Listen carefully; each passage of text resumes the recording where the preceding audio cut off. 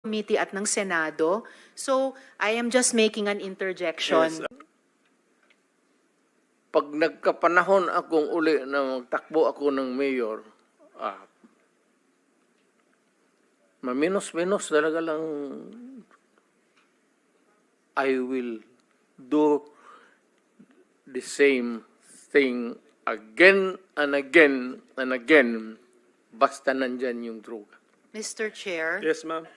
Mr. Chair, I believe we've given the proper leeway and respect to the former president. Hindi po ito midnight COVID briefing. And I hope we can stay on track. Hindi po natin pinag-uusapan kung mali ang droga. Pinag-uusapan po natin kung yung polisiya, naging polisiya nyo. Mr. tungkol Chair, doon. if I may. Salamat Sige, kayo, it's Mr. Chair. actually the turn of Senator Bato, and let's give him 10 minutes of uninterrupted time to